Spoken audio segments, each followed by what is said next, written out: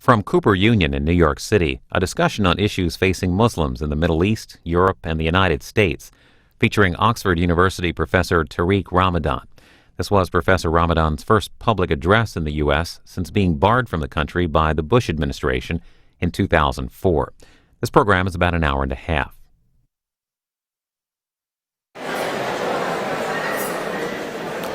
Good evening. Welcome to the Cooper Union for the Advancement of Science and Art and to the Great Hall. I'm David Greenstein, Director of Public Programs, and very happy to see you all here tonight for what promises to be a very exciting evening. Last year, the Cooper Union celebrated its 150th anniversary. For those of you who aren't familiar with this institution, it's a small private university founded by the American entrepreneur, inventor, philanthropist Peter Cooper, who, although having only 1 year of education himself, felt that education should be as free as air and water. And so he devoted his entire fortune to building this institution to provide what he called an education second to none, at no cost to every admitted student. For 150 years, every student in this program has had a full scholarship. We teach 3 subjects here: architecture, engineering, and fine art, with an emphasis on the union of these subjects. In addition to the school, Peter Cooper established this hall as a forum for free speech, for a chance to air any issues that were of importance to the public. And we have been very proud to maintain the tradition of this hall for 150 years. It was from this lectern that Abraham Lincoln made the speech, his famous "Right Makes Might" speech, that got him the presidency of the United States. And we've had 8 other American presidents, including Barack Obama, speak from this platform as well as heads of state and many very controversial figures as well. We've had, over the past year, we celebrated our anniversary with a series of events celebrating some of the most controversial people who've spoken here: the abolitionists, the women's suffrage campaigners, radical politicians of every sort, anarchists, atheists. I counted, in doing research for that series of events, 12 men and 8 women who had been described in the Post as the most dangerous man or the most dangerous woman in America. And we are proud that this is a place where voices of all sorts can be heard. Now, before I turn the panel over to representatives of the Pan American Center and the ACLU, I just have a couple of quick questions, a little survey, if you like, for the audience. How many of you came this evening with a pen or pencil? Could you raise your hands? Great. How many of you brought something to write on? Very good. How many of you have a cell phone? Okay, please. And now I would like to invite to the stage Larry Seams of the Pan American Center and Jamil Jaffer of the ACLU.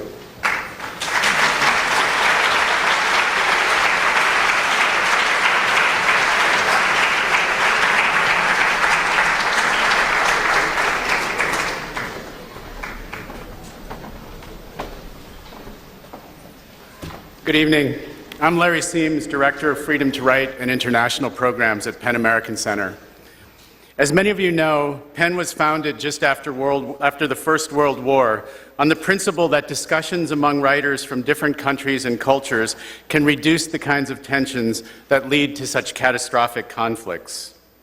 That we are all here tonight is largely because of our commitment to that principle, a commitment we share with the American Association of University Professors and the American Academy of Religion, our co-plaintiffs in the lawsuits challenging the exclusion of Tariq Ramadan from the United States, and of course with the ACLU, which so brilliantly argued our case. On behalf of the AAUP and the American Academy of Religion and all the members of Penn American Center, I want to thank Jamil Jaffer, Melissa Goodman, and everyone else at the ACLU who defended our right as Americans to hear a full range of voices and ideas, and our ability as Penn to carry out our work.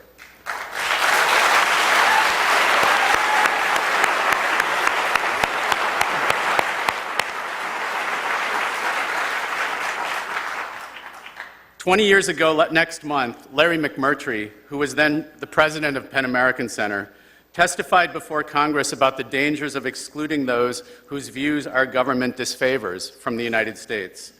Emphasizing the importance Penn assigns to discussions such as the one we will have this evening, McMurtry said, "Because we are writers, we know that reading one another's work is vital, but we also know that meeting one another face to face in free discussion and debate is vital too. As readers of foreign books, we respond strongly to the truths inherent in all serious literature. We try hard to remain sensitive to the social and cultural subtleties that are apt to be lost in translation. But when we meet, the dialogue that ensues both expands and clarifies the perceptions and experiences we have in common. With hope and goodwill, we begin to forge common perspectives. Such nourishing exchanges might have once been deemed the luxuries of intellect, cultural feasts, if you will. Today, in a world of truly international dependencies, these meetings are more than luxuries. They are moral imperatives." At the time, McMurtry was talking about the effects of the McCarran-Walter Act, which kept many of the world's leading writers out of the United States because of their allegedly communist or socialist views. Our lawsuit challenging the ban on Professor Ramadan was a response to a new wave of exclusions after 9/11, in which scores of prominent international writers and activists had their visas canceled and were barred from entering the U.S. We are extremely grateful to Secretary of State Hillary Clinton for reviewing Professor Ramadan's case and making it possible for all of us to be here this evening.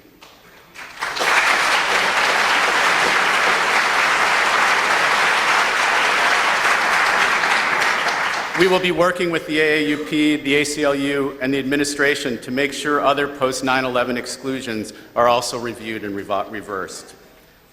I do feel a little bit freer this evening. Tonight's topic is timely and serious, but this event is also a celebration. I'm going to turn this over to Jamil now, but before I do, I have to thank Cooper Union and our co-sponsors, the ACLU and the American Association of University Professors, and Slate for making tonight's program possible. Thanks to Jacob Weisberg and our outstanding panelists, and many, many thanks to all of you for your patience and for joining us this evening. Jamil?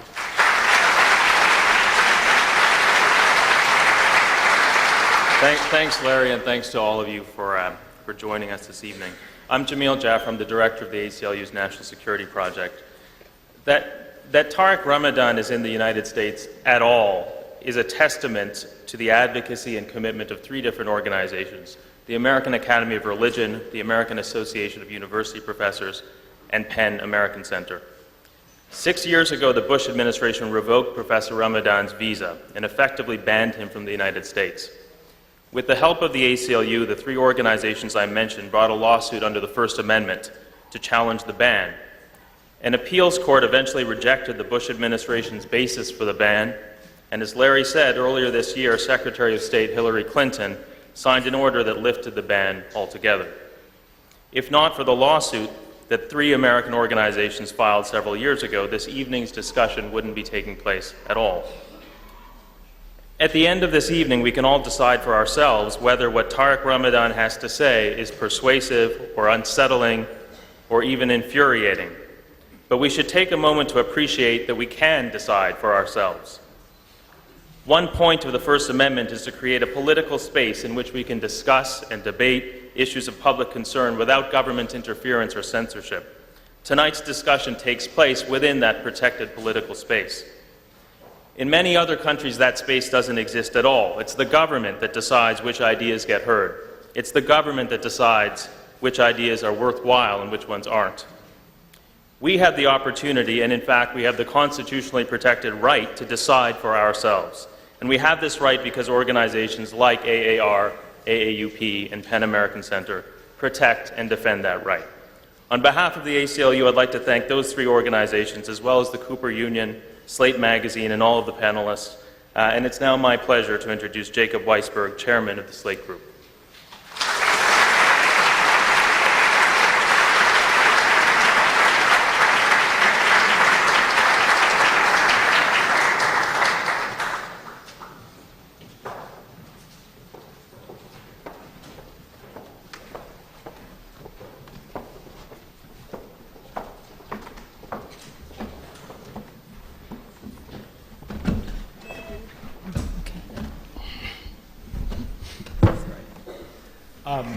I want to thank Jaleel for the introduction. I want to welcome everyone here tonight, and I want to thank Penn and the ACLU and the American Association of University Professors for doing the work that made tonight's event possible, both over the past several years in pressing the suit to allow Professor Ramadan to enter the country and in organizing the event tonight.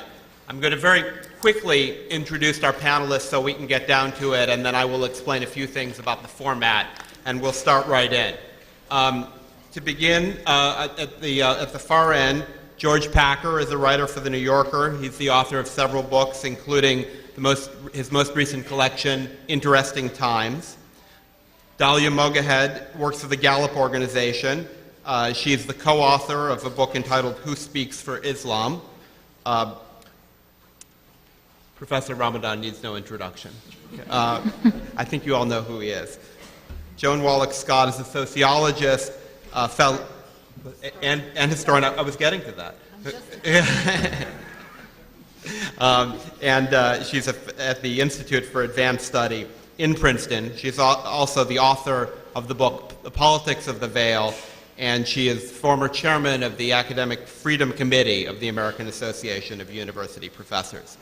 Now, as I think you all know, this is Professor Ramadan's first appearance in front of a United States audience before he was denied a visa by the Bush administration, which, as Jaleel and Larry were saying, denied all of us a chance to hear from him directly for a period of years. So the focus tonight is going to be on him and his views. And here's the format we've all agreed to for tonight's discussion. Professor Ramadan is going to give some opening remarks for about 10 minutes. Then I'm going to give each of our panelists 5 to 10 minutes to respond to his remarks, ask him questions. We may ask each other some questions. Then I'm going to take around 10 minutes to ask him some questions myself. We're going to save a half an hour at the end for questions from all of you in the audience. And here's how we're going to do it. David asked if you had pens and paper. The reason for that is we want you to write your questions down, and we want you to pass them to the aisle. And the time to pass them to the aisle and give them to the people who will be collecting them is when George Packer, who's going to go last, finishes his 10 minutes, and when I'm starting my 10 minutes. So the questions will all be collected. They'll be brought up here. I'll remind you, don't worry if that's too confusing. But the point is you have some time, but in about 55 minutes into the event, we're going to collect all the questions. They'll be brought up to me, and I will read them. And I will not select them on the basis of what the questions are. I will merely select them on the basis of which are the pithiest and most legible. So let that be a challenge to all of you. I want to say, I know this is going to be an excellent audience, I can tell already, but let me remind you to turn off your cell phones. I want to appeal to everyone to listen respectfully tonight. That means please hold your applause, if you possibly can, until the end of the event. This event is made possible by organizations that are advocates, are leading advocates for freedom of expression, and I'd like us to be a very good example of that principle tonight. And with that, I give you Professor Tariq Ramadan.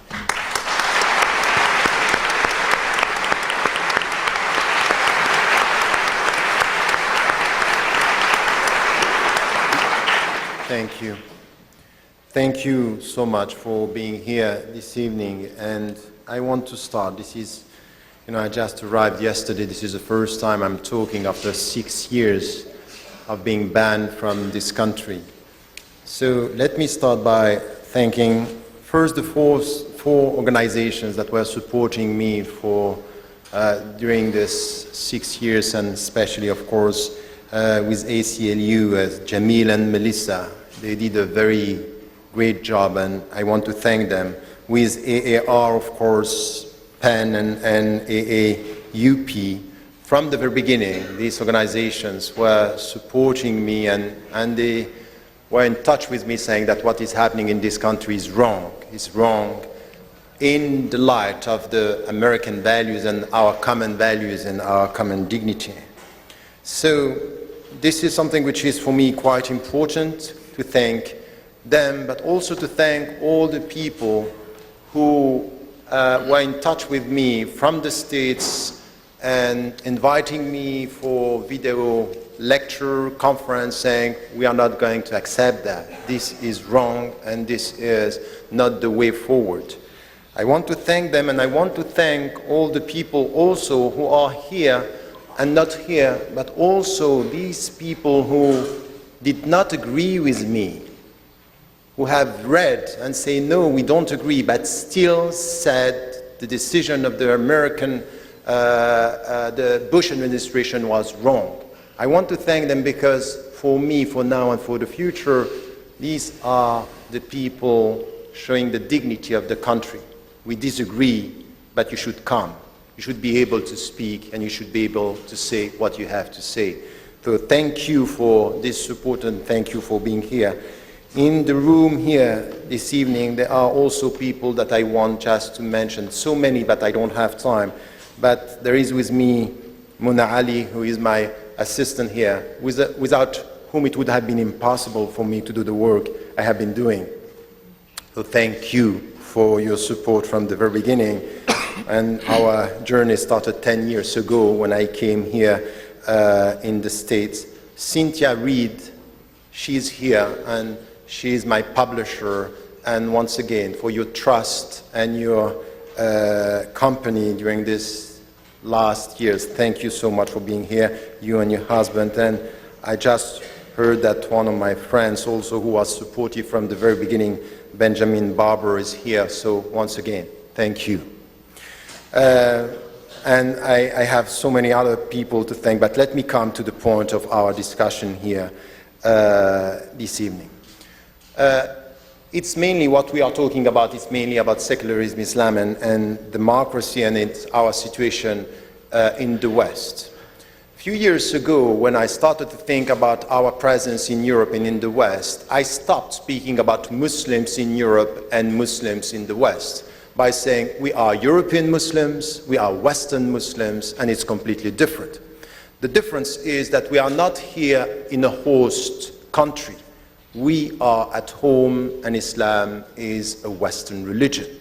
Why? Because we have citizens in Europe, citizens in the States, citizens in Canada. They are citizens, they live as citizens, they abide by the law, and they are making it the reality of our time. So this is the starting point of a mindset that we have to change. And I got reactions coming from Muslims saying, no, no, no, you have to speak about Muslims in Europe. I say, no. I'm European by culture, Swiss by nationality, and Muslim by religion, and all this is fine. There is no contradiction.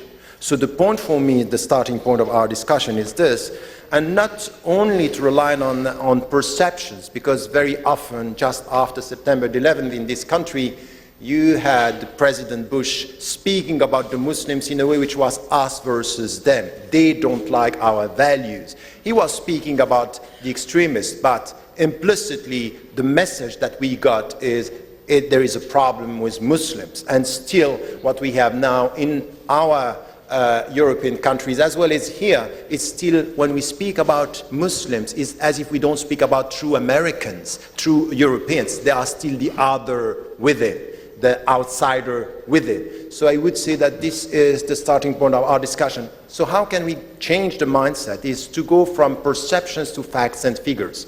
And what we have now is millions of Western Muslims are getting the 3 L's that I'm mentioning in the last book, what I believe. The first one is that they abide by the law. So they don't have a problem with the secular system.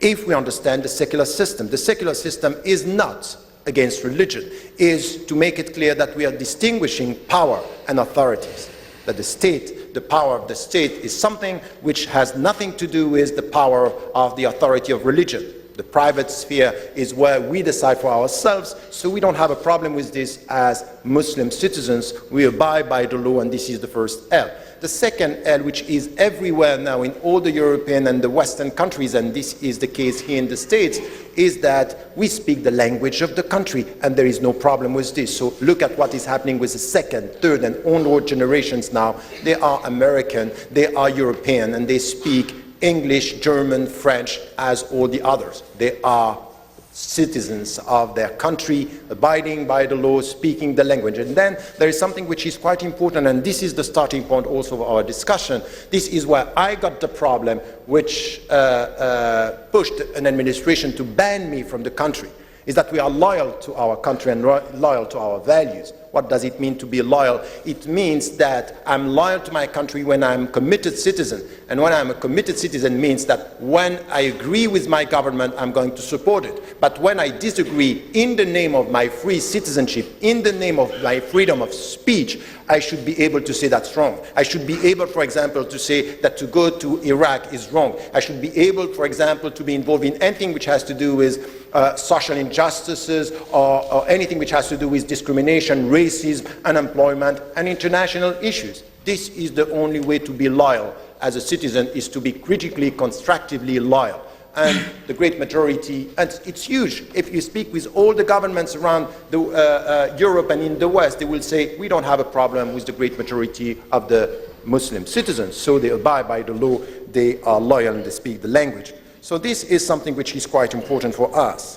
And this is why I'm speaking about the post-integration process, saying now it's time not to speak about integrating or being integrated, it's to speak about contribution. What do you give to your country? In which way you are providing something? Which is the step forward? Which is you, when you give something, the people are not asking where do you come from? They want to know where we are going together. So this is what is happening now. And look at what is happening with the citizens in America, in Canada, and in Europe. If you look at facts and figures and what they are saying, they feel that they are Europeans. The perception is, oh, they want mosques not to integrate. It's exactly the opposite. They want mosques, they want organization, they want institutions, in fact, to be really Europeans, really Americans and Canadians. So the point is that if we rely on facts and figures and we listen to the people, they feel at home, and more young generation, young Muslims and new generations are showing or paving the way towards this reality of contributing. And not only this is a reality, but if you also look at facts and figures, you will see that the driving force is very often women. Muslim women who are paving the road, who are involved in the process, through education, through their critical thinking and their presence, saying exactly the opposite of when you look at the way they dress, you may think that they are oppressed. But if you listen to what they think and the way they are involved in the Muslim communities now, you are just getting a sense that there is a new leadership, that there is empowerment here, and we have to respect this. And this is what I have been promoting for the last 20 years. Let me add something which is quite important for all of us. That if you ask someone, what are you first? Are you first an American or are you first a Muslim? Let me start by saying it's a silly question. I don't want to answer a silly question. I have multiple identities. If you ask me about me when I'm going to vote, I'm a Swiss. If you ask me who I am when I'm dealing with my own death, I'm a Muslim. Because this is where I'm putting the meaning of my life. If you are asking me what is my origin, I'm an Egyptian by origin. So I have multiple identities. And mind you, don't reduce yourself to a specific exclusive identity. You know what it means? That you are becoming a poor mind if you only think through an exclusive identity. We all have multiple identities, and the priority could change depending on the environment and what we are doing. So this is why when we get that sense, we need to have a sense of, a kind of confidence in our identities, but at the same time humility. Humility means that we should hear and we can learn from people around us. that we can take from others. So as a Western Muslim, I can take, and I am taking from the surrounding society. The fact that I was born and raised in Europe is something which is quite important. I took a lot from the European culture. I'm European by culture, and it's not a problem to be a Muslim and a European by culture. And it's not a problem to be an American by culture and a Muslim by religion. It's not a problem, and I'm adding and with humility I'm taking from the people around me. But to take means to listen to. Is to have this positive attitude, which is people around me coming from different backgrounds and coming from different religions can add. And this is a very important question for the American society. It's a very important question for all the Western societies. Do you think that your Muslim citizens could add something, contribute something? Can you learn from them? Ask you the question. Not in the past by saying, oh, it was a great civilization. It was. Who you are now is something else. But you were good. You are great. And some Muslims are playing exactly the same game by speaking about the past. I think it's quite important here to speak about this multiple identity. Humility, it's important. Respect, it's important. And a sense of consistency. The most important danger, the deeper danger that we are facing, the threat for our societies, this is what I'm saying in Europe and this is what I'm saying to America, is not the Muslim presence. It's because we are scared of this Muslim presence is to betray our own principles.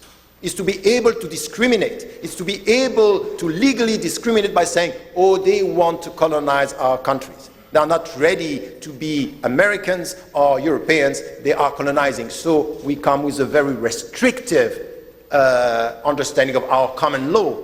The secular system was to integrate diversity, not to exclude. It's not us versus them. It's us together in the name of the common law. So let us be consistent, humble in the way we look at things, and also full of respect. So with this, and let me just conclude with this is the vision for me for the future, is to be able to say, let us look at facts and figures, the dimension of contribution, and also these multiple identities based on a very deep understanding of what humility means, respect and consistency. But still, we should not be naive. There are challenges ahead. And the first one for all the Muslims, and I have been saying this, and this is why I'm also having some problems within the Muslim communities, is that we have to come back to our texts. We have to come back to our sources and to come with a critical thinking by saying, what we are repeating for decades may be wrong. We may have to reassess our understanding in the light of the new environment.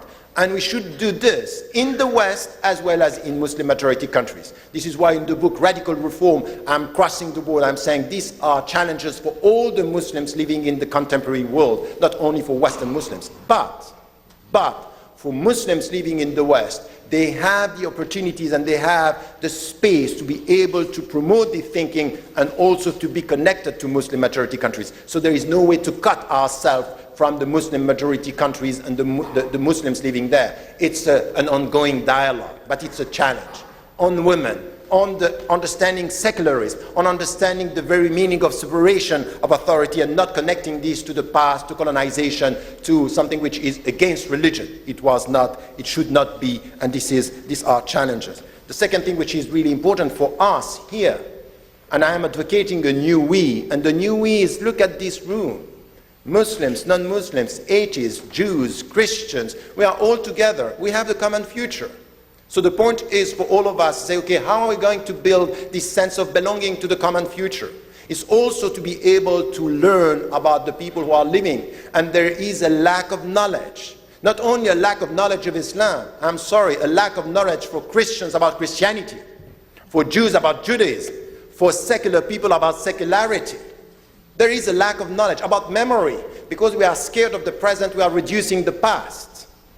You can listen to things that are said about Europe. For example, the past of Europe is as if Islam was not there. So you have to say, you know what? We may need the dialogue with ourselves instead of speaking about the dialogue with others. So knowledge is important, and this is where it's quite important to come back to memory, philosophy, history. This is what we also have to teach.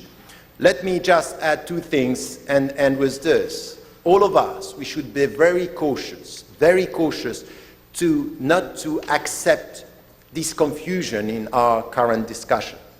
When we speak about religion and when we speak about the Islam, we should come to this religious discussion, but not to confuse this with socio-economic problems. What we need with people being discriminated, with violence in the suburbs, for example, in France, in the inner cities now, when you listen to African Americans telling you you have a problem with racism, but you have a problem with equal citizenship. Now, not talking about religion. It's not a religious problem. It's a socio-economic problem needing social policies. We need policies on this. We don't need to speak about, identity, integration, culture. This is not the point. The point is, are you serious? Are you consistent with democracy, with democratic values that is equal citizenship for all of us, if you are rich and if you are poor, if you are black and if you are white? I'm saying this to the United States of America because you know the problem that you have with this, but not only to the Americans. I'm saying this also to all the Muslims around the world, because they may say Islam is not promoting racism, but Muslims are very often promoting racist attitudes towards the black, towards some of the people who are poor people. I think that this is something that we have to challenge. And the last point for me is really also to be able to understand that we should connect this to international issues. We should be critical. I know why I was banned from this country. It has nothing to do with my terrorist views or my view about violence.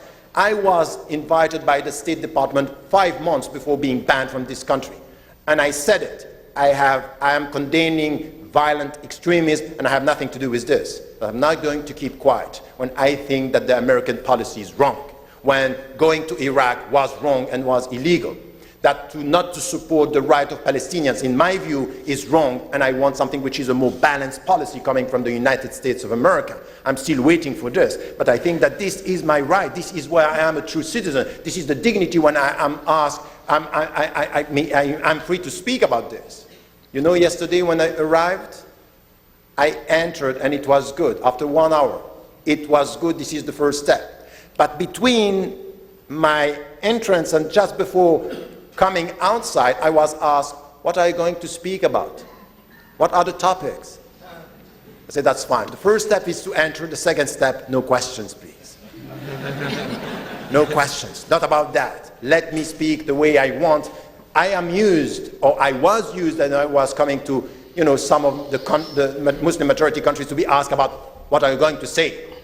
But this is not a democratic. We're not democratic society. They are not democratic society. In democratic society, we should be able to also understand that if we want to live together, we should be able, in the United States of America as well as in Europe, to speak about international issues, about what is going on in the Muslim majority countries. You cannot disconnect this from that. If we want to live together, this is the only way with all these challenges to get what is missing today. 2 things.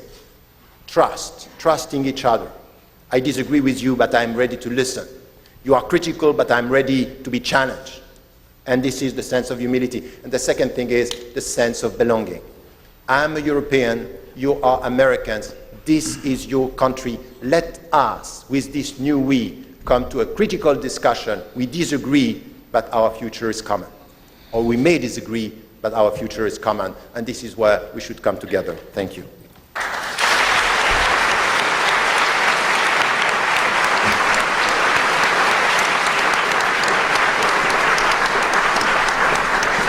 Thank you, Professor Ramadan. I'm going to turn now to Dalia Mogahed, and I want to begin by asking you a question as an expert on Muslim public opinion, and perhaps Professor Ramadan will want to respond to this as well. And the question is, why are American Muslims so much less disaffected than European Muslims in general? Okay, thank you very much, and thanks you all for being here this evening. The podium is now in the way. Oh. The lectern is in the way. Why don't you push it back? Good, thank you. So we'll keep talking while they do that. Thank you. Yes. Okay. Dalia, please go ahead.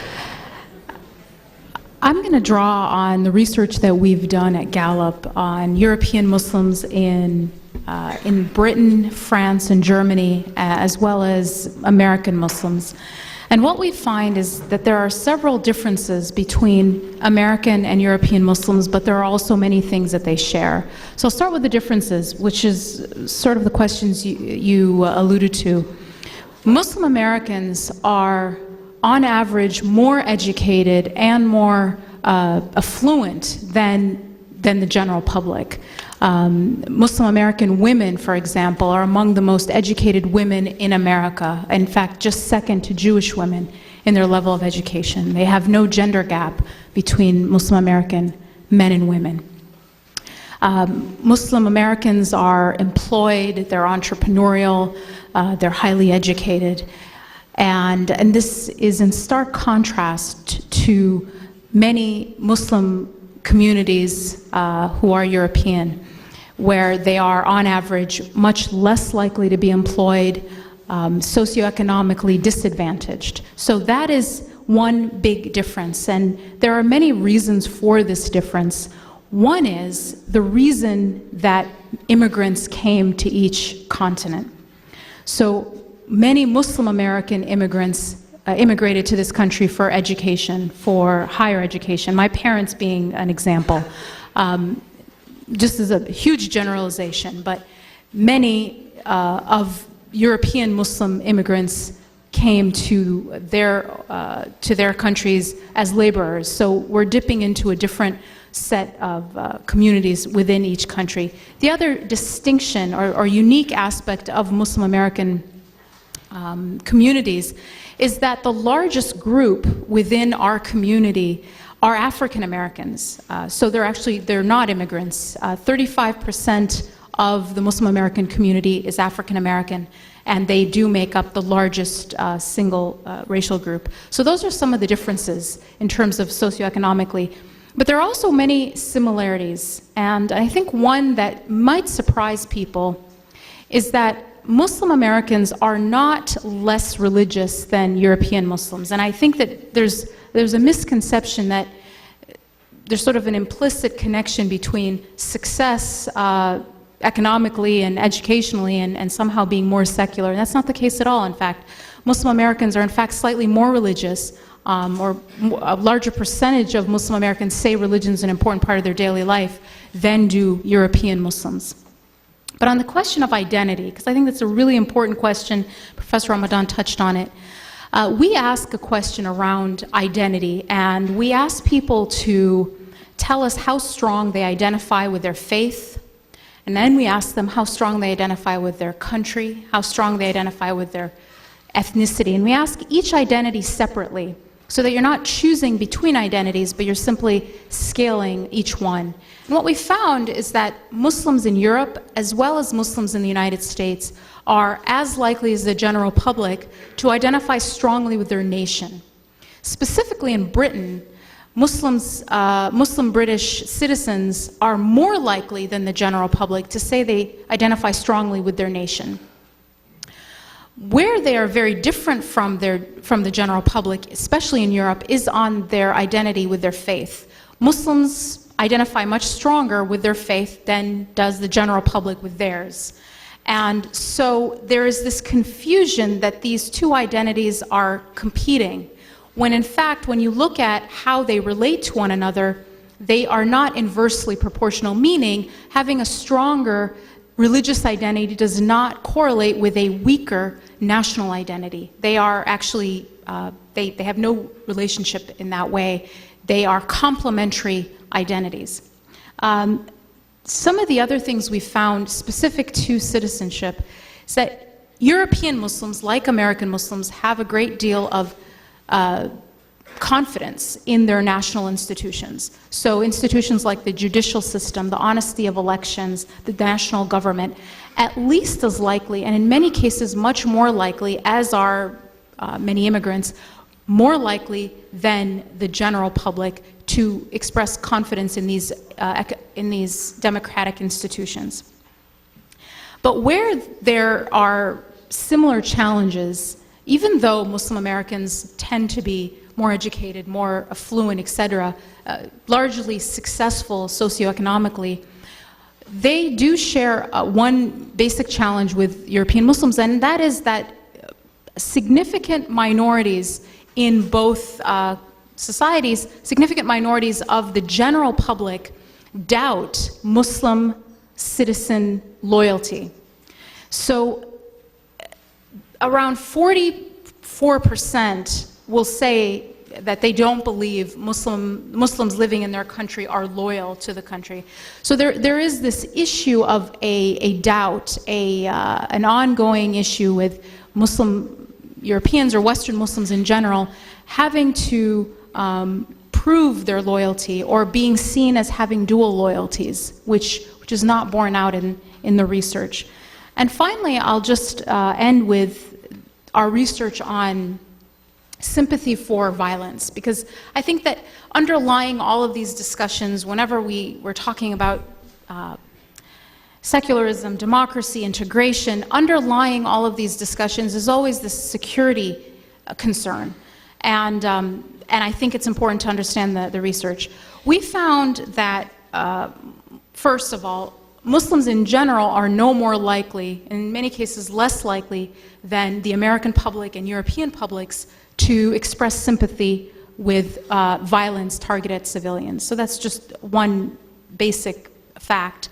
The other thing we found is that among the minority who do express sympathy for violence against civilians, terrorism, that minority group is no more likely than the general public, or no more likely than the mainstream Muslim community, to be religious. And in fact, when they are asked to justify their position on violence, they do not use religious justifications. They use political, socio, or geopolitical justifications for that position. And I can answer many questions about why do terrorists use religious rhetoric in their recruiting, but what we do find in our research is among the general public, those aren't the justifications used for the sympathy for these acts of violence. Thank you. Well, I'll turn to Joan Scott then. Joan, Orthodox Islam has to be one of the most powerful forces for the oppression of women in the world today. They are, you can dispute this, but they are, Catholicism? What's that? Not Catholicism? Well, it's directional, all right, but there are, women are in many places forced or pressured to wear burqas, veils. They can't drive in Saudi Arabia. They can't be in the clergy. The list goes on and on. My question to you is whether you're satisfied with Professor Ramadan's views on the role of women in Islamic society. Okay, well, we haven't heard them all exposed tonight, but I think for a feminist, and I certainly consider myself a feminist, the question of gender equality is not a straightforward and obvious one in these discussions. In fact, I would say that gender equality has been used as a kind of veil for the social and economic inequalities that Muslims experience, certainly in Western European societies. So that, for example, in a country like France, there's a great deal of discussion of gender inequality and much less discussion of social and economic equality, which has led, for example, to unemployment rates among Muslims being at the same level of education and age and so on, being 2.5 times as great as unemployment levels among French nationals, without any change for the last 15 years. A steady, constant inequality, sense of discrimination. If you go to the discussions that were had during the riots in 2005, the number of kids who would say, I have all the qualifications for this particular job, I sent in an application with my name on it, and that was the end of the possibility for the job. There have actually been groups that have done tests of discrimination in which they send in exactly the same CV, one with a Muslim name on it and one with a French name on it, and the French gets the job and the Muslim doesn't get the job. So there is a huge, in these countries of Western Europe, I think the distinction, the class distinctions between American Muslims and European Muslims are really important to take into account. In a country like France as well, the history of colonialism marks Muslims as and inferior colonized peoples who are to be civilized. The French notion was that there was a civilizing mission that they were carrying on as the part of their imperial adventure, and that stays attached in some ways to North African, West African, and Muslim populations. So I think the issue of gender equality has been used as a distraction in many cases. The question of the status of women in Islam has been used as a distraction, so it's not as necessary to talk about these social and economic issues. It also diverts attention from the continuing social and economic, the continuing gender inequalities within the Western countries, so that in France, although there's a law that requires equal numbers of women on all ballots in elections, 16% of the parliament are women. In the United States, 18% of the Congress are women.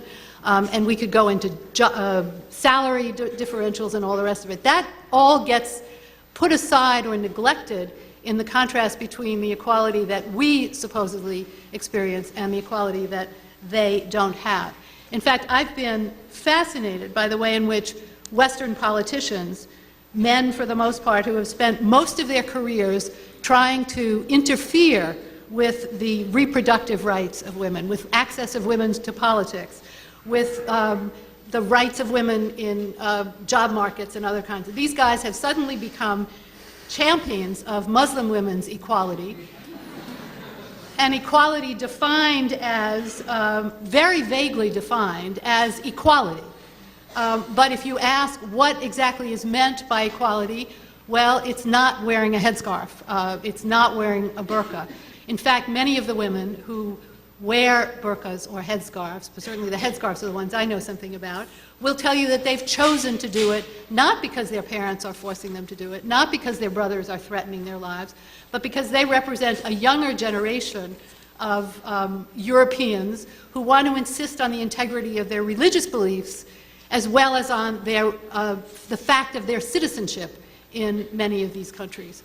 So the notion of a kind of forced, the notion that there's one meaning for the veil and that it is the oppression of women is again something that is not borne out by the facts and the testimony of many of these women. Just to get this straight, the answer to the question is, are you concerned about the oppression of Muslim women and the way Professor Ramadan deals with that problem? And the answer is women in the West are oppressed too.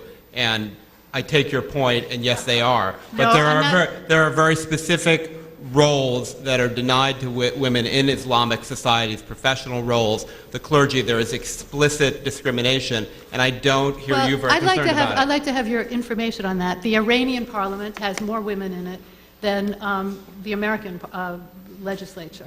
How about the Iranian clergy? No, but how about the rabbinate in the United States, the Orthodox? I'm not saying that these are the same. What I'm saying is that the issue of gender equality is a way of distracting the conversation from some of the things that need to be talked about, which are discrimination against women,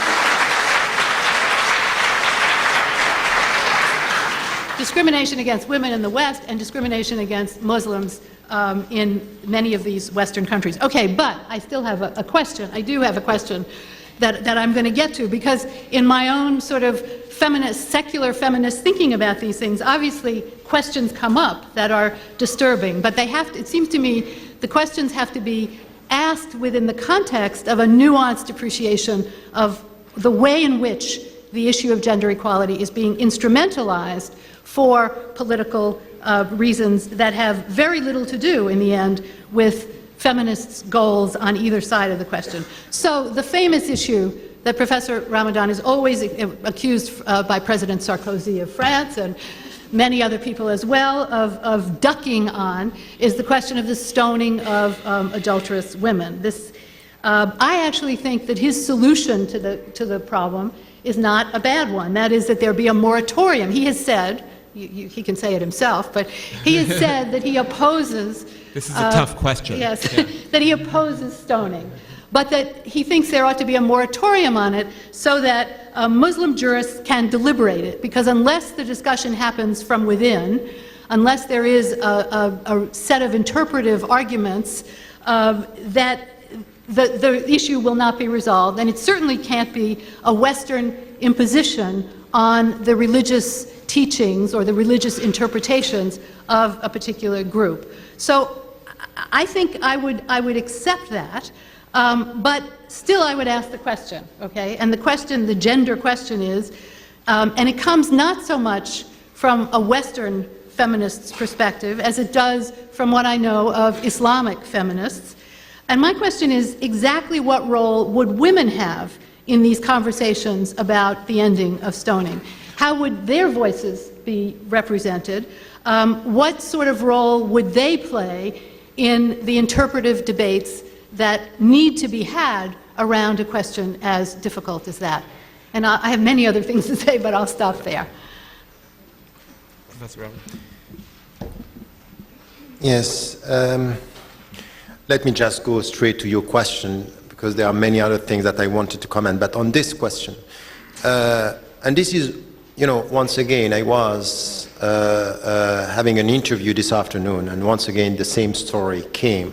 And this happened, in fact, in 2003, and for the last now 10, 12 years, I've been advocating the fact that what we need in the Muslim majority countries is really a moratorium. So what did I mean, and what do I mean now, and in which way we have to involve women in the whole process? Once again, you cannot sit here by condemning. And first, stoning in Islam, in the mainstream and the classical, it has nothing to do with women. It has to do with men and women. Mm-hmm. So it's not something which is only about women being involved, it's men and women. My position is not only on this. It's on hudud, it's the penal code, it's on death penalty, stoning, and corporal punishment. Saying we have to stop now and to open a debate within the Muslim majority country with the scholars. Why? Because you are dealing with people who believe that there are texts coming from God. So by condemning, you are not going to change anything, and many are condemning. If you were talking about Sarkozy, now he's telling us that Saudi Arabia is a moderate country. That's fine. Who had a double talk? Right. The point for me is really to be consistent. If we want things to evolve, it's exactly this. It's from within. So to ask three questions: what do the texts say? What are the conditions? In which context we can implement this? And let this to be open. But don't accept things that are happening now that are implemented against poor people and women, not against the rich people, and we are all silent. What is in the petro-monarchies today is known by everyone, but we are silent. Why? Because they have the money. They have the money. We are hypocritical on that. So the position for me is to make things moving. What I want is men and women to be involved in the discussion, but not only on this, in everything which has to do with, religious discussion on contemporary issues. So, for example, in the last book on these issues, on the fundamentals of Islamic law and jurisprudence, the book Radical Reform, I'm advocating specialists in every specific field, men and women, to be involved. Of course, in the gender equality we need, but not only this. I don't want the women to speak only about women issues. And it may be that for me, I said it, and I repeat this, one of the most important problems women have within the Islamic tradition is men. And that's not only true. No, but it's not a joke. It's not only true of the Islamic but tradition. it's not a joke.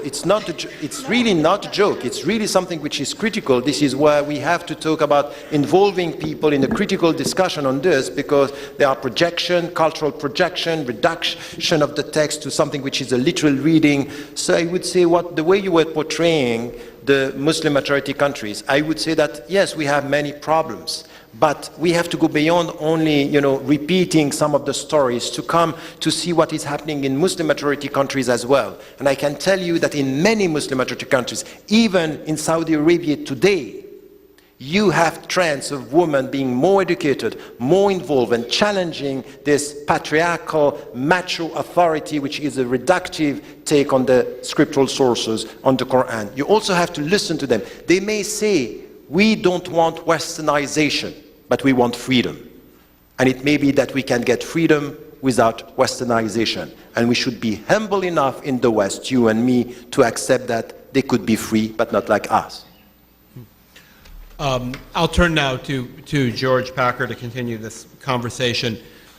George, there are two persistent criticisms of Professor Ramadan which you encounter if you start to read about him.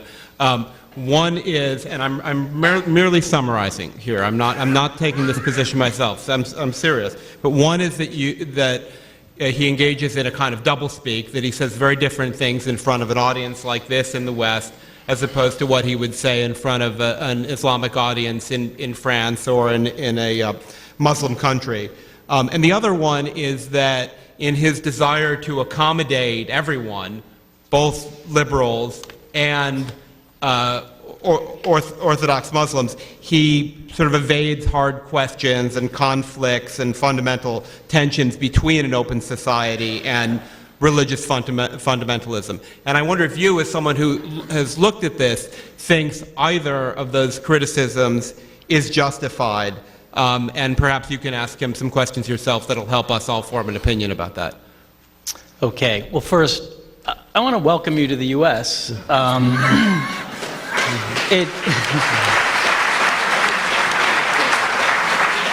It took 6 years too long. I wrote at the time that it was a disgrace for you to be banned from this country. It made the United States look illiberal and afraid and closed, and I feel that today our country can say we are not as afraid as we might have seemed. So I'm glad you're here.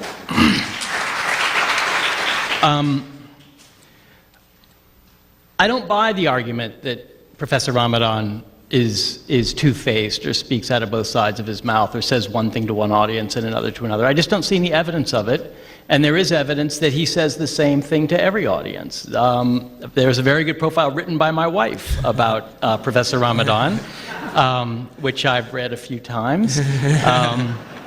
Apparently she's the only journalist who ever accompanied him on his speaking appearances in mosques and community centers in France. And she found that he was telling them anti-Semitism is a terrible thing and it is to be avoided and there should be no, et cetera, et cetera. So her findings and everything I've read of his tells me that it's an open book. There's not a hidden agenda. In fact, there are many open books. He's prolific. The second question, I don't know the answer to yet, and I'm going to use tonight to try to get an answer. You said part of being here is to be challenged. So I want to ask you two questions that are challenging questions, and partly in order to answer, or to try to begin to answer Jacob's second question. One of them is a historical question, and the other is a philosophical question. And they may seem like they're about far away or ancient things, but I think they're relevant. And they're really about the foundation on which you're building a bridge. You are a bridge builder, and I think it is a good thing that you're doing that, and I think your bridge is going to lead to a better place than any of the alternatives that I can think of. But I worry about the foundation on which you're building the bridge. And to get to the historical question, which is about that foundation, a book is about to be published by the writer Paul Berman called The Flight of the Intellectuals. And there's a chapter in that book that's about the relationship between Hassan al-Banna, your grandfather, and the founder of the Muslim Brotherhood, and the Grand Mufti of Jerusalem, Hajj Amin al-Husseini. And the book describes Hassan al-Banna's tireless support for the Grand Mufti of Jerusalem in the 30s and 40s, and the convergence of their views on certain questions. For those in the audience who don't know, the Grand Mufti of Jerusalem was a leading collaborator with Nazi Germany. So willing a collaborator that he did a series of radio broadcasts from Berlin during the war in which he incited Arabs to rise up and kill the Jews. It was genocidal radio broadcasting along the lines of Hutu power in Rwanda in 1994. And it was only because of the accident of Rommel's defeat at Al Alamein that there was no chance for that to happen. Your grandfather, Hassan al-Banna, waged a tireless campaign of solidarity with the Grand Mufti of Jerusalem, managed to help him escape any war crimes trial that might have followed the war, and brought him back to Cairo after the war, and said upon the Grand Mufti's arrival, "This hero who challenged an empire and fought Zionism with the help of Hitler and Germany and Hitler are gone, but Amin al-Husseini will continue the struggle." He said even more direct things, or wrote them. He wrote in his epistle to the young that Mussolini's Italy and the German Reich were models for the Muslim Brotherhood. And he wrote in his "To What Do We Summon Mankind" that Hitler and King Saud were also models for the Brotherhood. You've written about his life in your book Aux Sources du Renouveau Musulman, which I've read. But you haven't written about these things. You have not gone into the detail that Paul Berman exhaustively goes into in his book. And it makes me ask, is there a limit to what you're willing to say or even to think? Is there a red line, which is your lineage, your heritage? I'm not attributing these views to you, and I'm not asking you to repudiate your grandfather. I'm asking you why you haven't condemned him for his association with the Grand Mufti and for these statements, which actually, they're not just ancient history, because one of your grandfather's followers, Yusuf al-Qaradawi, who preaches on Al Jazeera from Qatar, he's Egyptian-born, just last year said Hitler was sent by Allah as a punishment for the corruption of the Jews. I don't know if you condemned it at the time. You've spoken quite highly of Sheikh al-Qaradawi. So my first question is, do you condemn these things? Or is there a limit to the breadth of your ethical vision? Let me ask the second question, and then we'll get to that. The second question is philosophical. Where do rights come from? That's my basic question. Are they inherent in being human, or do they come from revealed religion? Do they come from the texts, which are subject to interpretation by, as Jacob pointed out, usually male religious authorities? And it's an important question. It's foundational. It gets at your vision of what we are as human beings and as citizens. It's especially important in Muslim-majority countries, because in those countries, especially where there is essentially an Islamic state, those rights, which may exist today, can be taken away tomorrow if the body of the clerics decides on a new interpretation. So we may have an enlightened Tariq Ramadan-like interpretation today, but tomorrow we might find that that's changed. And that's the nature of rights that are not inherent and universal, but that are based in religion and in religious text. And the fact that in my experience in Muslim countries, there is a serious abridgment of thought and expression, especially about religion, is a consequence of rights not being inherent, but coming from an authority. That's the basic difference. But I think it also has an effect in Europe where Muslims are a minority, because in the case of the Danish cartoons, the question I had was, do they have a right to insult other people's religions? I don't like insulting people's religions, it's bad manners, but I think people have an absolute right to do it. And I think the organizations that help bring you here are based on defending that right.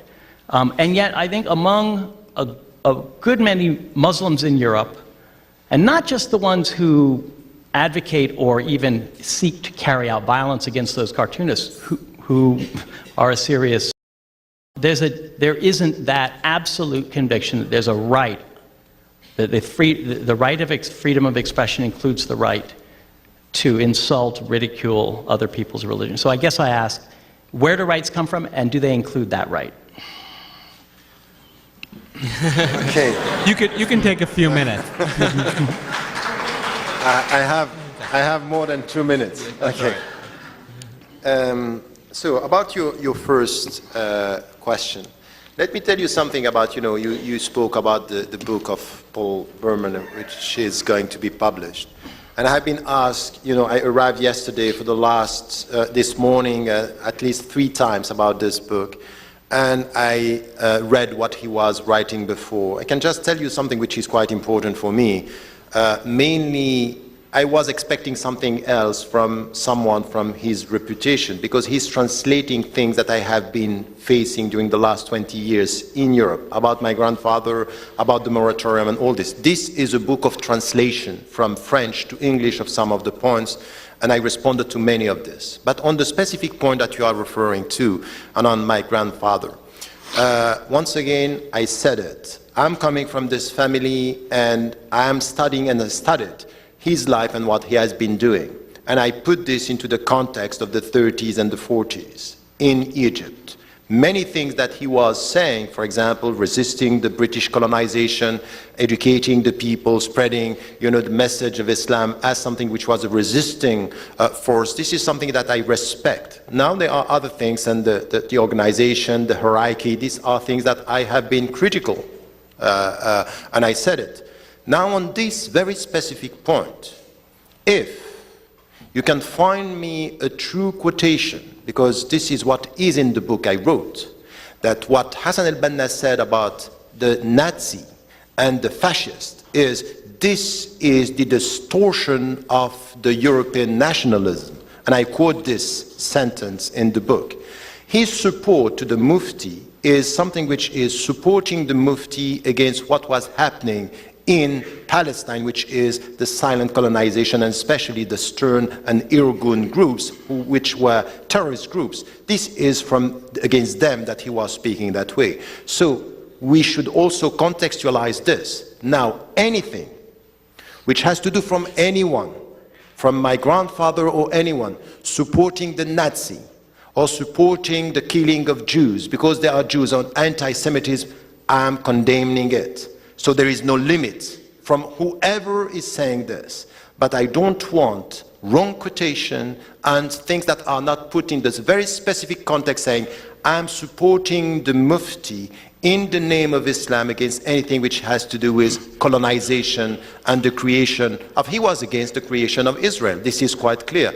In that time, in this specific context, we also have to listen to some of what he was saying, some of the quotation that he was. Well, one of the quotes I read was from a book called Nazi Propaganda in the Arab World, which was published last year by Jeffrey Herf, which uses files from the American Embassy in Cairo, which were transcribing both the Mufti's radio broadcast from Berlin and al-Banna's speech in Cairo when the Mufti came to Cairo after the war. So these are from scholarly works. But the point is, there is no discussion about the fact that he supported him as a force against, the creation of Israel. There is no discussion about this. But don't you think, even to support him for that reason, after he's just spent 5 years giving aid and comfort and genocidal radio broadcasts from Berlin, taints the Muslim Brotherhood, to say the least, from its beginning? The point is that the support in this specific period of time that we had even in Europe by people supporting, because they were, even in France we have this, to condemn this support and to say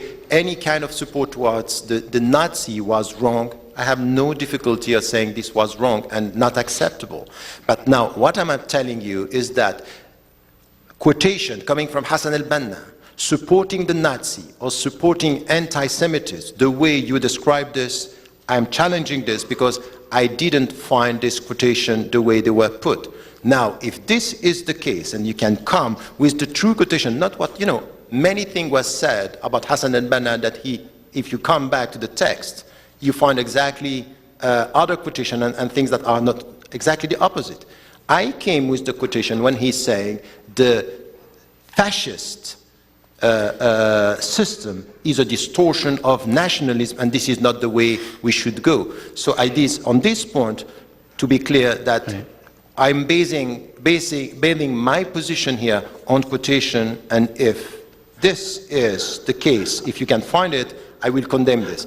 Now, the support of the Mufti in this specific situation, we have to contextualize, but the support of anything which has to do with supporting the Nazi system is something that I won't accept and I won't I defend. guess one of Berman's points is that in your Source du Renouveau Musulman, you mention al-Banna's relationship with the Mufti, but you say nothing about the Mufti's years in Nazi Germany during the war, and it seems as if you're whitewashing that very important part of the Mufti's thought and action in order to let your grandfather off the hook, as it were. No, I don't think that this is right. I'm talking about the position of my grandfather towards Israel, and there are three things that I'm not hiding. He was against the creation of Israel at that time, and this was the position of all the Arabs. This is one.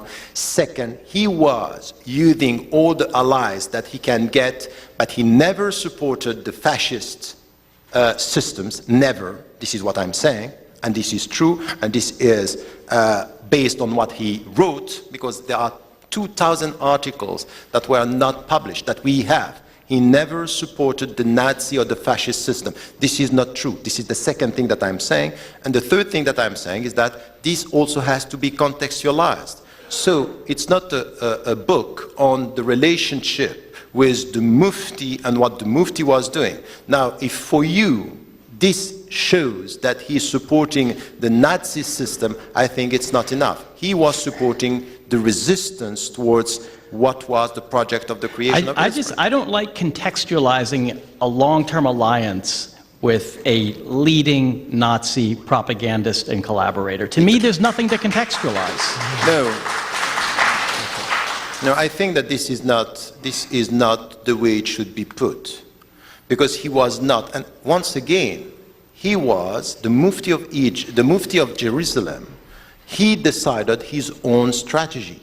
Hassan al-Banna was not responsible of his strategy. He supported someone saying that Palestine should be freed from anything which was an attempt to create the state of Israel on that place. This is what was his position. Now you cannot, and if you should do this, you should do this even with the United States of America, that sometimes you have allies in very specific situation that you are not supporting all their views. It happened in the European history even with the resistance. So I would say that on that point, my text was not about the relationship and what the Mufti was saying, is that the very specific position, and the very specific position is that you cannot find in anything which was coming from Hassan al-Banna a support for the Nazi. But it's an illusion that worries me, because it suggests that to go down a road that would actually be difficult for you,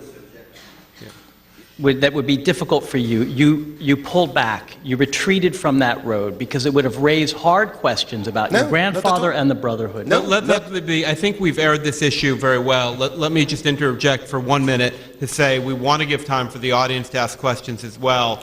Now is a good moment to take a brief pause. If you have questions written down, there will be some people circulating to collect them, pass them to the end of the aisle and then towards the front. And we'll keep the conversation while everyone does that quietly, I hope. Yes. Can I just ask George a question? What's that? Can I just ask George a question? Sure. George, your second question, which we didn't get to. I hope we will, yeah. Yeah, we'll come But back when to it. you say, where do rights come from, and you juxtapose revealed religious texts which have to be interpreted, or rights inherent in humans, what do you mean? I mean, it seems to me the notion of rights, historically, that notion of inherent rights comes from the Enlightenment. You're treating it in some ways as a revealed truth as well, when in fact it's a historically produced, it's humanly produced, historically produced, and equally open to interpretation.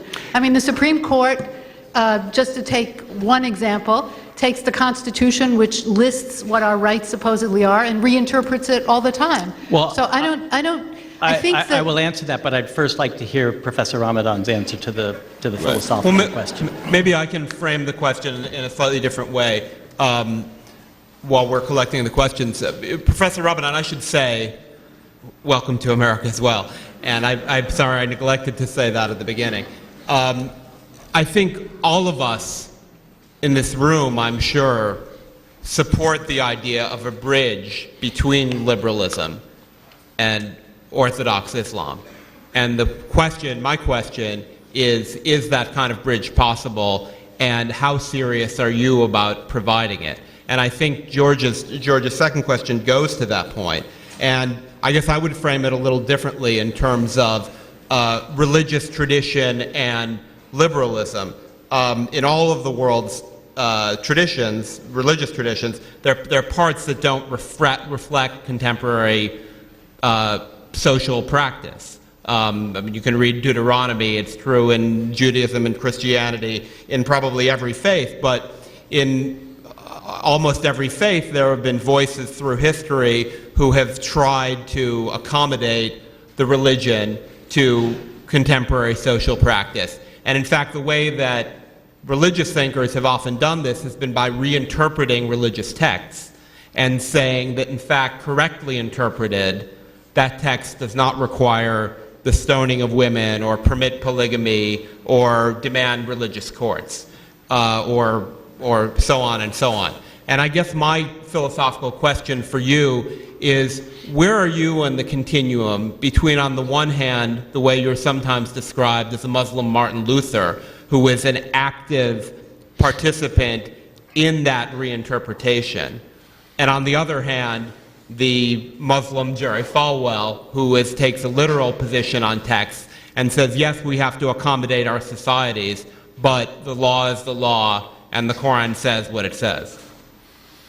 Yes, I have been working on that, and I think that between your two questions, and I've been working on that by saying, look, first there is something which is quite important, is that for the Muslims and the mainstream, what you call orthodox, is that it is the very word of God.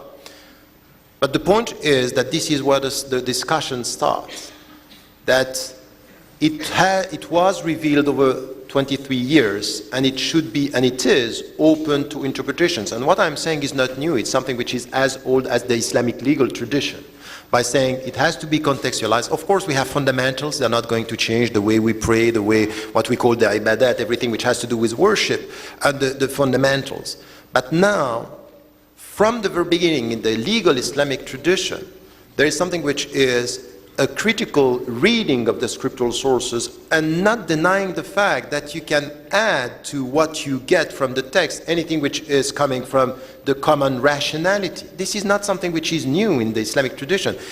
Quite the opposite. If you listen to Alain de Libera, the French philosopher who is a specialist of the Middle Age, he is saying that this separation of authority between something which is coming from revelation and something coming from rationality, in fact, the Christianity got this from the Islamic legal tradition, plus the Jewish legal tradition. This is not something which is alien to the Islamic tradition, that we are having both. So there is no way for me to tell you what is produced by common human rationality is against the text, or saying that what is coming from the text is not subject to interpretation. So it's an ongoing process between this and that.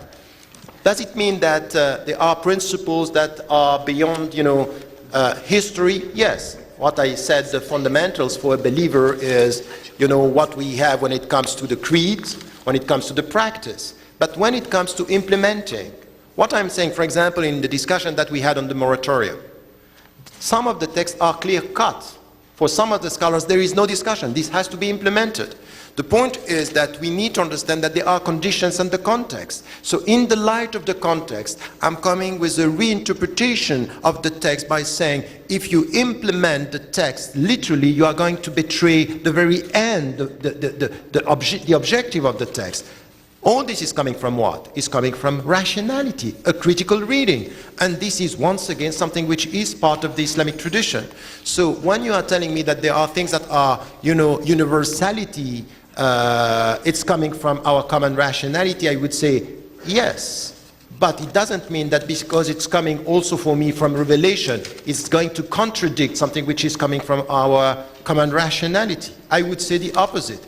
In my next book, which is called The Quest for Meaning, Developing a Philosophy of Pluralism, I'm talking about faith and reason by saying that these are not contradictory dimensions when it comes to this. So I would say that when it comes to the legal tradition, we have to, the question will be about the limits. What and how are we going to deal with the limits? What I can tell you today is that, for example, be quite fair. And once again, it's exactly the same attitude with the first question. It's really to be quite precise in what we are talking about. I think I was pretty precise in the first question. No.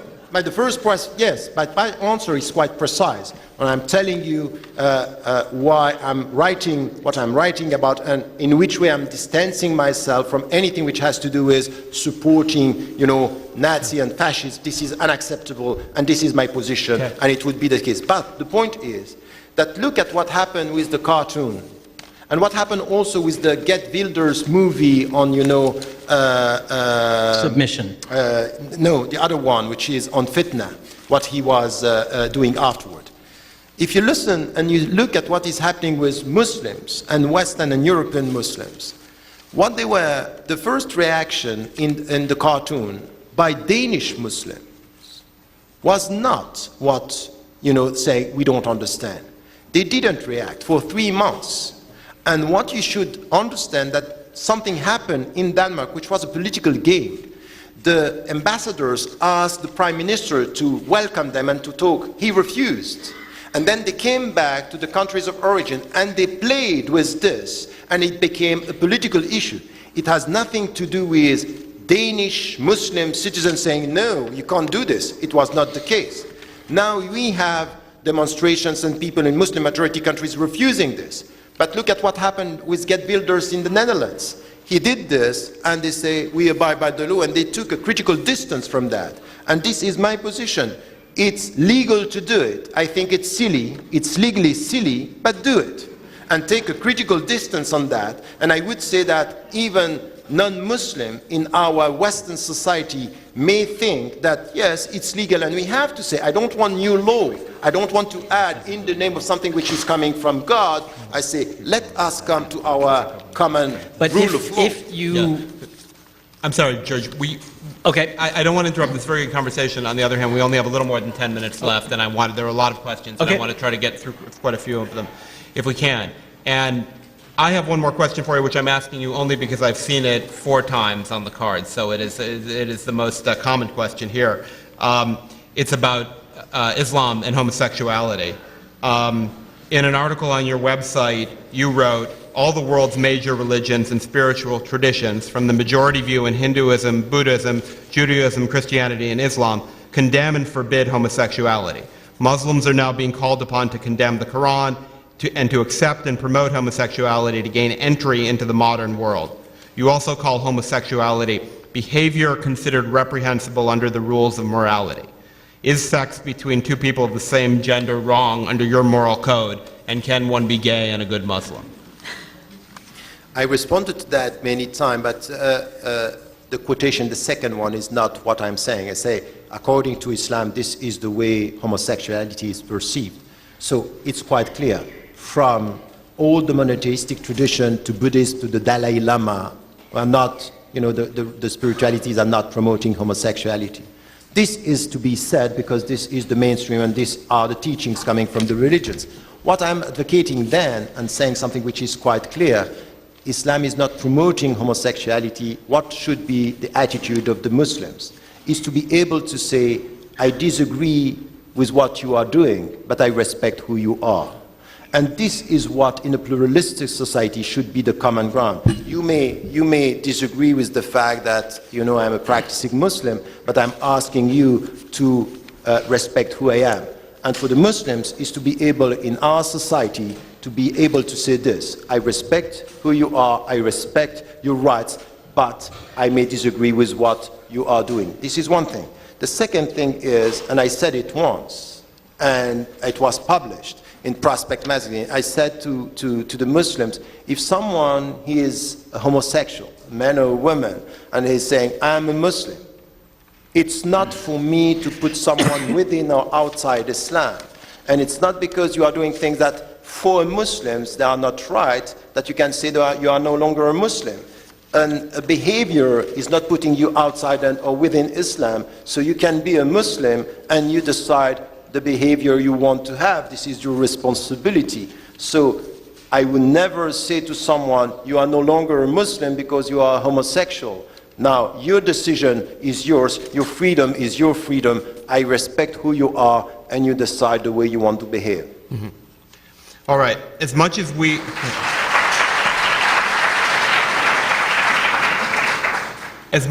in the West are appalled by the treatment of Muslim women, Muslims are equally offended by our depiction of women in music videos and such. How do we get past these differences? Look, let us be serious about this. It's a very important discussion, because if you go to Muslim majority countries and even with within Muslim communities, the perception is that there is a lack of morality in the West, and there is an alienation of women in all this, fashion and music and all that. We have this. You cannot deny that this is there. On the other side, you go to you speak with your fellow Western citizens, and they have the perception that within the Muslim community it's all about alienation, submission, and oppression. Let us come to a critical discussion. What we are talking about, what you were saying, when we speak about freedom, when we speak about autonomy. When, for example, in France, I'm saying about the headscarf, for example, look, the only right position for me is not for you to tell the woman the way they have to dress or not to dress. The only right feminist attitude is to say, you dress the way you want. But to do this, it's really about education, and it's about autonomy. It's about autonomy. Let the women be autonomous. Let them also, when they have the same job and the same skill, have the same salary. This is what I call true feminism. To speak about something which is deep, not the superficiality of our discussion. And then also to be able to say, I could be shocked by the way we are exposing, bodies and to sell music and cars the way we are doing. But I don't want to sit and to say, oh, this is because it's a decadent society. I want to do this as a human being, as someone who is trying to find a new way to dignify men and women.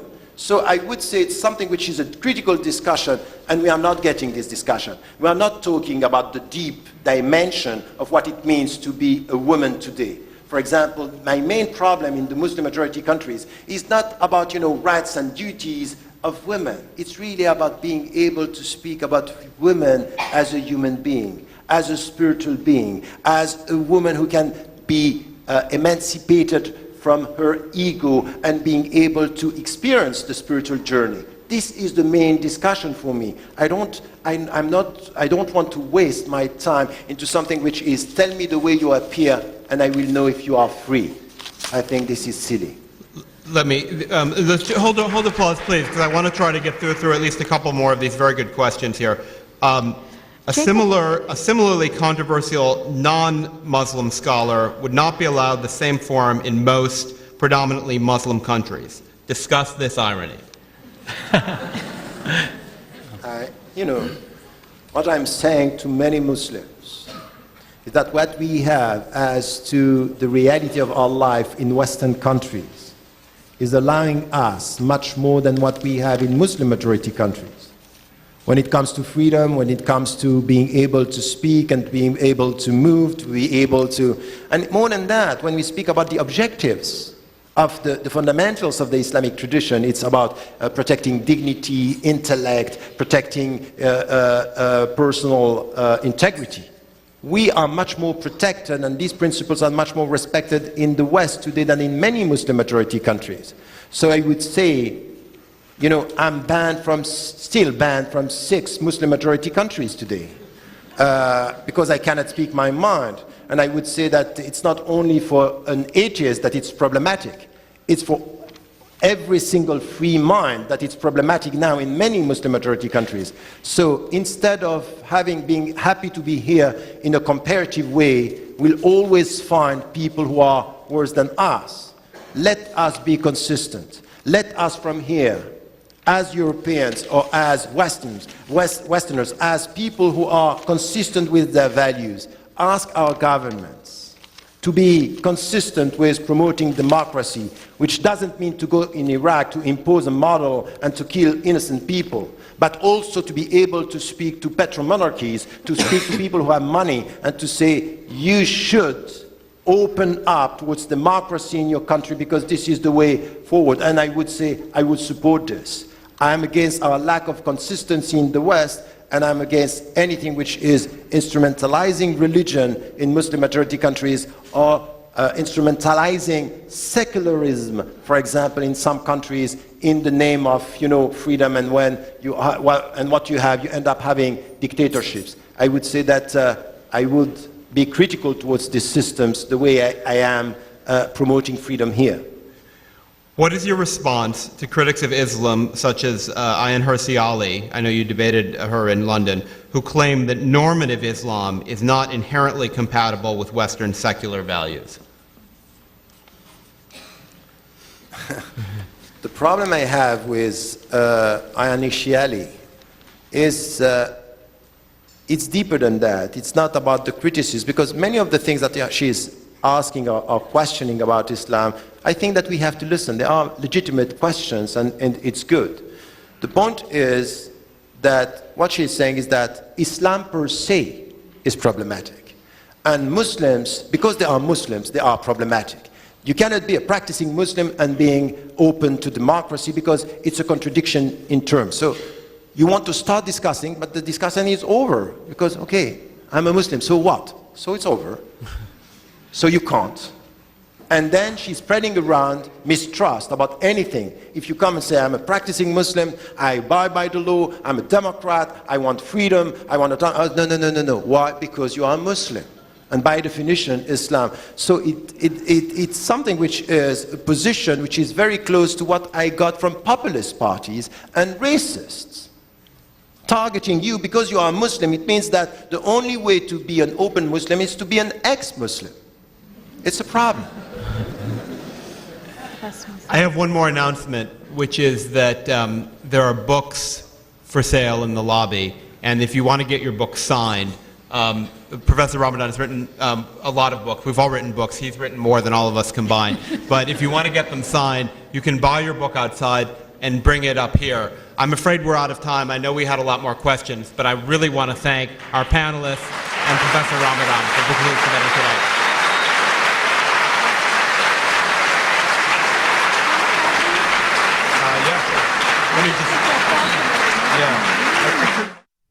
Tariq Ramadan is an Islamic studies professor at Oxford University in England and president of the European Muslim Network in Brussels. He's also the author of What I Believe, Radical Reform, Islamic Ethics and Liberation, and Western Muslims and the Future of Islam. To find out more, visit tariqramadan.org.